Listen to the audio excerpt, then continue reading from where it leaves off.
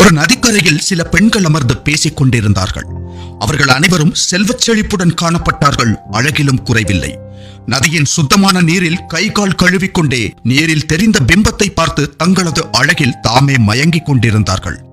அப்போது அவர்களில் ஒருத்தி தன் கைகளை நீட்டி பார்த்து பெருமையுடன் சொன்னால், என் கைகளை பாருங்கள், எவ்வளவு அழகாக இருக்கிறது. உடனே வேறொரு பெண், அப்படி அல்ல, என் கைகள் தான் இன்னும் அழகானவை என்று கூறினாள்.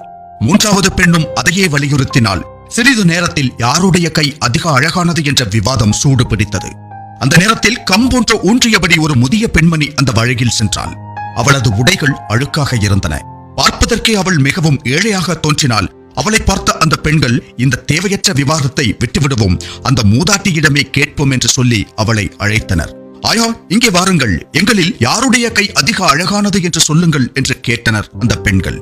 முதிய பெண்மணி மெதுவாக நடந்து வந்து அவர்களிடம் பணிவுடன் சொன்னாள், மக்களே, எனக்கு மிகவும் பசியும் தாகமுமாக உள்ளது. முதலில் கொஞ்சம் உணவும் தண்ணீரும் கொடுத்தால் அதற்கு பிறகே என்னால் பதில் சொல்ல முடியும் என்று சொன்னாள். அதை கேட்ட அந்த செல்வந்த பெண்கள் சிரித்தார்கள்.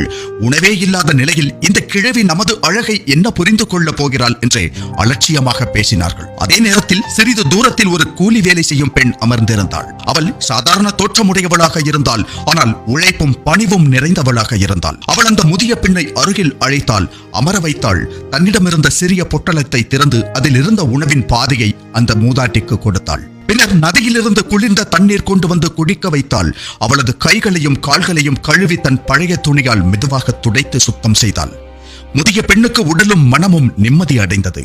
செல்லுமுன் அழகை பற்றி பெருமை பேசிக் கொண்டிருந்த பெண்களிடம் சென்று சொன்னால், உண்மையான அழகு அலங்காரங்களால் ஆனது அல்ல, நல்ல செயல்கள் செய்யும் கைகள் தான் உண்மையில் அழகானவை.